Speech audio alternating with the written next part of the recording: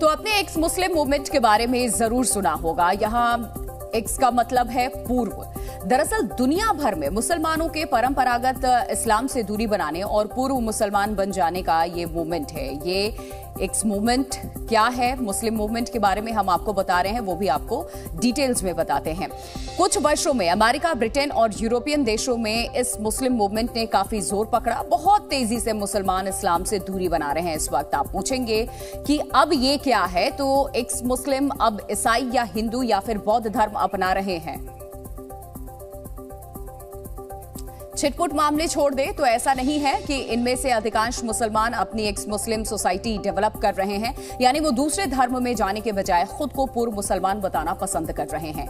केरल की साफिया आपको बता दें कि पीएम जन्म से मुसलमान थी, लेकिन अब उनका इस्लाम में विश्वास नहीं रह गया है। साफिया खुद को एक्स मुसलमान कह रही हैं और एक्स मुस्लिम ऑफ केरल संगठन की कर्ता धर्ता भी है ये। साफिया ने सुप्रीम कोर्ट में एक याचिका दायर की और इस याचिका में उन्होंने अपने पिता की संपत्ति में भारतीय उत्तराधिकार अधिनियम 1925 के तहत हिस्सा भी मांगा है। साफिया की मांग है कि उनका उत्तराधिकार मुस्लिम पर्सनल लॉ यानी कि शरीयत एप्लीकेशन एक्ट 1937 से नहीं तय हो।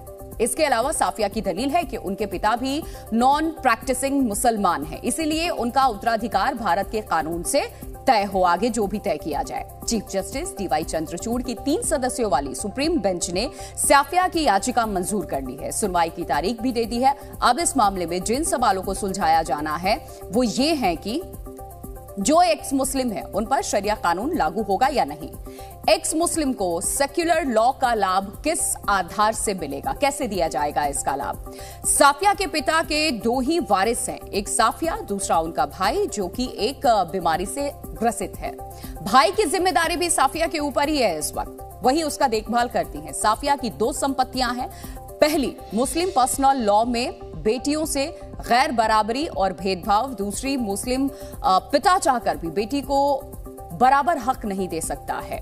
ये सवाल खड़े इसलिए हो रहे हैं क्योंकि ये इनका लॉ कहता है। साफिया से पहले भी ऐसे मामले अदालतों में पहुंचे और इसी दुविधा में झूलते रहे हैं कि मुस्लिम पर्सनल लॉ के होते हुए किसी मुस्लिम को भारतीय उत्तराधिकार कानून का लाभ कैसे दे दिया जाए। तो वर्ष 2023 में बुशरा अली मामले में केरल हाई कोर्ट ने भी मुस्लिम पर्सनल लॉ के पक्ष में ही फैसला सुनाया था। तो इस वजह से ये सारे सवाल खड़े हो रहे हैं कि कैसे अब इन्हें इंसाफ मिलेगा, क्योंकि ये कानून का हवाला दे रही है, लेकिन मुस्लिम पर्सनल लॉ क्या कहता है ये भी हमने आपको बताया। शरीयत में उत्तराधिकार के कानून को लेकर तमाम दिक्कतें हैं। उदाहरण के लिए हम 2 बच्चे हैं, मेरा एक भाई है। मान लीजिए मेरे पिता के पास 100% संपत्ति है, मुझे उससे केवल 33% मिलेंगे। मेरे भाई को 66% मिलते हैं। मेरे भाई को जो मिलता है उसका आधा मुझे मिलता है। 100 भाई को 3 में से 2 मिलेंगे।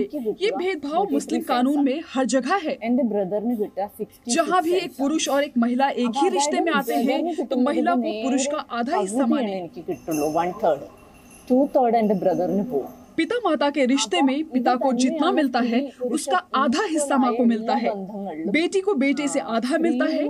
पति को जितना मिलता है पत्नी को उससे आधा ही मिलता है।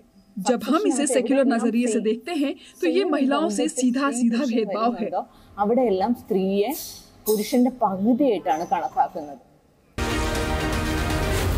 Zee News